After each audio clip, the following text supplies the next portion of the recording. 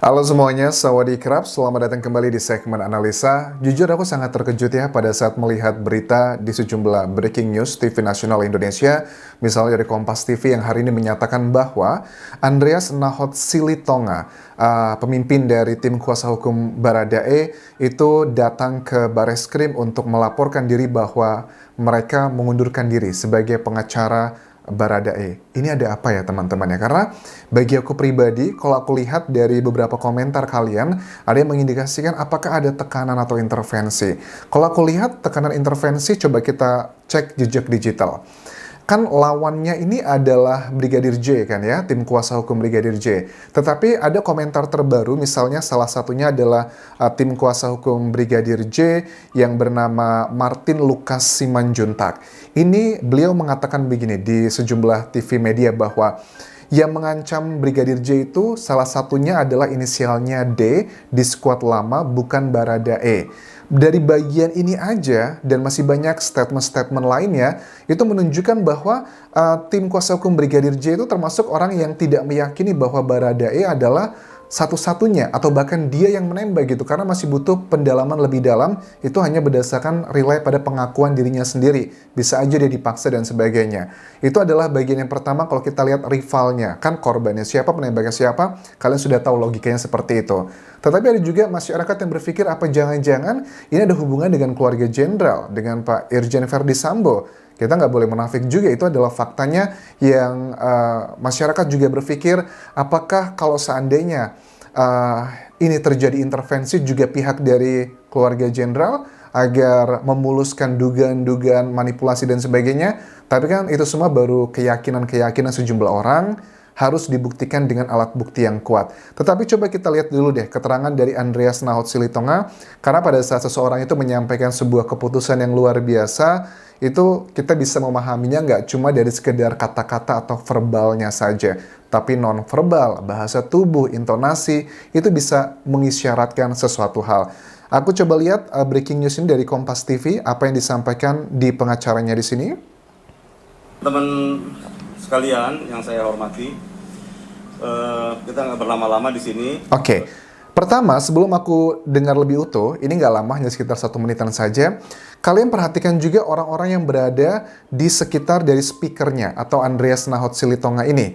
Itu matanya, rasa mata kayak penuh kekecewaan, penuh kayak kekecewaan plus malu gitu kan ya. Namanya juga pengacara kan. Maksudnya, I'm not saying this in the bad way, tapi yang namanya pengacara pada saat mendapatkan kasus sebesar ini, terus juga mendapatkan sorotan media massa, itu adalah menjadi ajang untuk pembuktian diri seberapa canggih dan juga hebatkah mereka pada saat berargumentasi dan juga menyampaikan hal-hal yang berhubungan dengan kasusnya. Itu adalah hal yang positif bagi aku pribadi, dan menurut aku juga nggak sulit lah bagi Baradae untuk menemukan pengacara lainnya yang akan menggantikan ini, karena itu adalah sebuah hal yang luar biasa kesempatannya. Tetapi kenapa mengundurkan diri? Sepertinya tim kuasa hukum ini kan lebih dari 1 orang.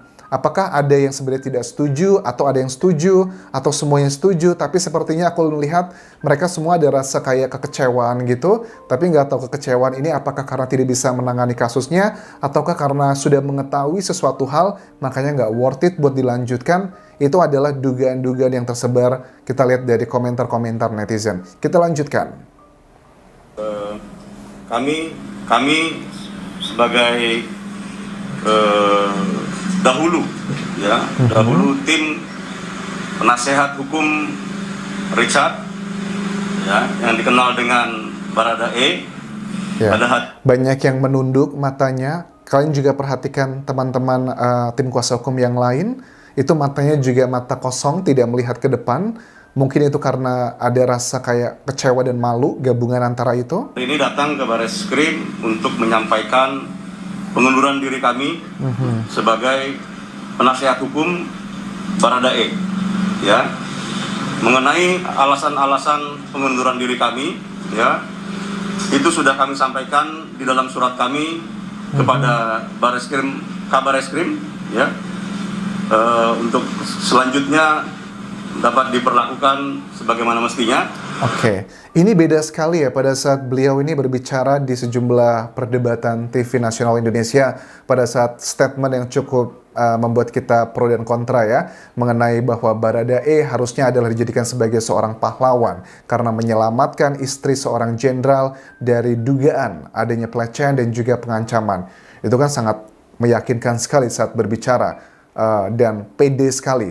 Tetapi kok di bagian sini aku melihat ada rasa malu yang luar biasa dan rasa kecewa. Apa ya, intervensi kah?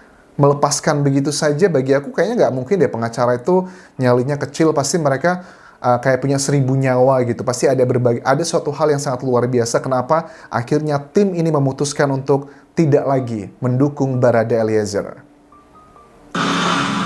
Dan kami juga tidak akan membuka kepada publik pada saat ini ya, apa sebenarnya alasan kami untuk mengundurkan diri. Oke, saat ini tidak akan membuka ke publik alasannya. Artinya, possibility-nya adalah nanti akan dibuka alasannya. Kenapa mereka mengundurkan diri? Oke? Ya, karena kami sangat menghargai hak-hak hukum dari setiap pihak yang terlibat di dalam perkara ini. Dan terlebih, kami sangat menghargai proses hukum yang sedang dilakukan oleh Bareskrim Mabes Polri. Kalau aku tangkap ya, kalau aku analisa teman-teman, kenapa seorang pengacara sampai memutuskan untuk tidak lagi mendukung kliennya? Pada umumnya kalau aku lihat teman-teman pengacaraku tuh, mereka yang mengundurkan diri memang sempat ada ya. Biasanya itu karena tidak kooperatifnya antara klien dan juga pengacara. Maksudnya nggak kooperatif tuh tidak menyampaikan cerita secara seutuhnya. Jadi kalau memang dia bersalah, ya ceritakan secara seutuhnya agar kita tahu bagaimana cara membelanya. Apakah ini adalah indikasi kenapa tim kuasa hukum mengundurkan diri? Karena mungkin Barada Eliezer-nya juga tidak mau memberikan data-data, cerita-cerita komprehensif secara keseluruhan. Masih ada bagian-bagian yang disembunyikan. Dugaannya aku menduga seperti itu, jadi makanya tim kuasa hukum juga serba salah kalau dia membela seseorang yang memang sudah mengakui kesalahannya dia seperti itu, tetapi tidak diceritakan secara utuh. Tim kuasa hukum juga akan ngebuat nama buruk bagi mereka sendiri pada saat nanti.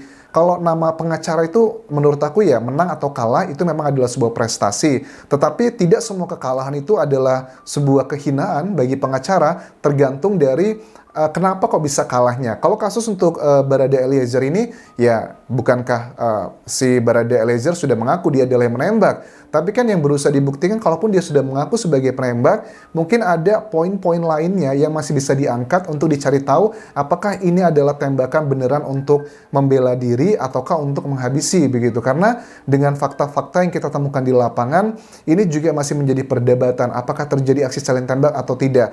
Ini bisa dijawab dengan alat bukti dalam bentuk surat ya, itu nanti dari otopsi, dokter otopsi. Karena kan kita akan mengetahui data otopsi itu mungkin sekitar beberapa minggu lagi. Jika ada salah satu luka di tubuh Brigadir J yang bukan penyebabnya karena tembak-menembak, itu akan merubah konstruksi cerita ini.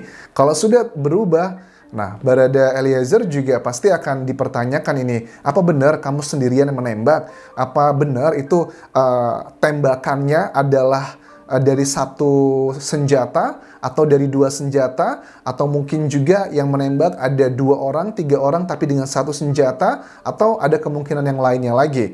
Nah mungkin menurut aku pengacaranya tidak mendapatkan data-data keterangan dari klien secara keseluruhan. Mungkin boleh dibilang adalah tidak jujur 100%. Makanya pengacara juga serba salah untuk membelanya. Apakah seperti itu? Ini pertanyaannya, bukan pernyataan teman-teman. Demikian. Terima kasih. Oke, pada saat dikejar wartawan ya tidak ada pertanyaan yang dijawab ya. Misalnya pertanyaan dari teman-teman wartawan adalah apakah ada tekanan atau intervensi, diem saja.